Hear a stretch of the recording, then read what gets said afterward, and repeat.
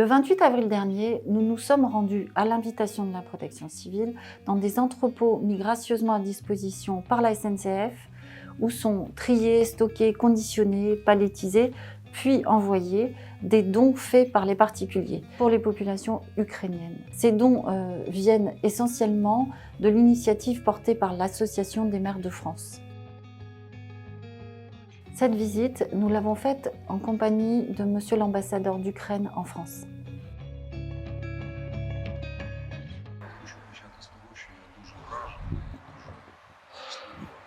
Je veux commencer par dire que je suis très ému, je suis très impressionné. Хочу вам сказати, що український народ вас не бачить. Je tiens à vous dire que le peuple ukrainien ne vous voit pas, Але він бачить ваші добрі. mais il voit que vous êtes là, il voit vos actions qui sont les bonnes, les actions. А також я підкреслюю вашим благородством, вашим життям. Mais aussi, je le souligne, je suis impressionné par votre noblesse. Я хочу вас від імені президента України Зеленського. Je tiens à vous rassurer au nom du président ukrainien Volodymyr Zelensky Єдиний український народ, який я тут представляю. et de la part du peuple ukrainien que je représente ici en France. Що завжди збереже в своєму серці подякувати кожному з вас. Que le peuple ukrainien gardera sa gratitude pour vous dans son cœur à jamais. Мерсі. Мерсі.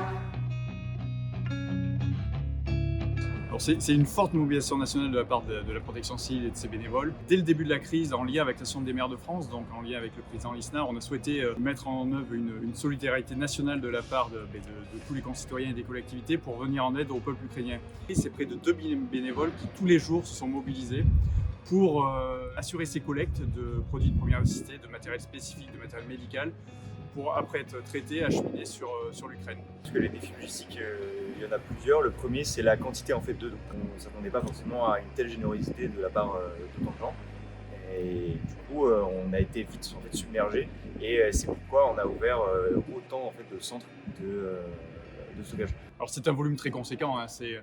On a eu dès le début de la crise un enthousiasme populaire, ou tout au moins un citoyen qui était extraordinaire, avec à date, à ce jour, on considère qu'il y a près de 15 000 palettes qui sont constituées, dont plus de 5 000 qui ont déjà été envoyées sur le territoire ukrainien par différents ponts au travers de la Pologne, de la Roumanie, de la Slovaquie et de la Moldavie. D'un point de vue purement humain, c'est un défi parce qu'évidemment, il y a énormément de travail.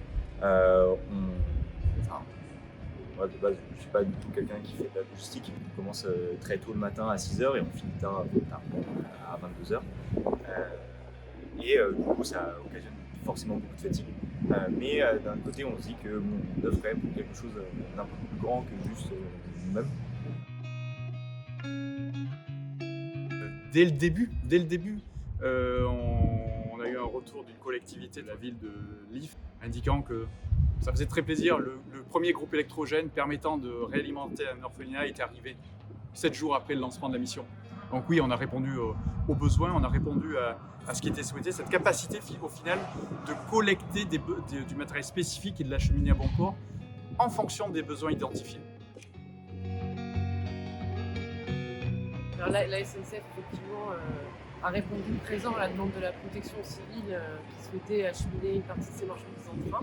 Ça s'est fait assez rapidement et on peut saluer d'ailleurs les équipes de terrain qui ont pu réaliser l'acheminement des marchandises puisque ça a nécessité une coopération entre pas mal d'acteurs du ferroviaire, pas que la SNCF d'ailleurs. C'est une large mobilisation qui a permis effectivement à la SNCF et ses partenaires d'aider la protection civile à acheminer les trains jusqu'en Roumanie. Il y a déjà eu 3 trains qui sont partis et il y en a normalement au moins 3 autres de prévus dans les semaines à venir. L'ensemble de ces témoignages rendent concret notre don de 1,5 million à la protection civile. C'est aussi l'occasion pour nous de recevoir des remerciements en tant que collaborateurs de Covea pour tout notre soutien en direction des populations ukrainiennes.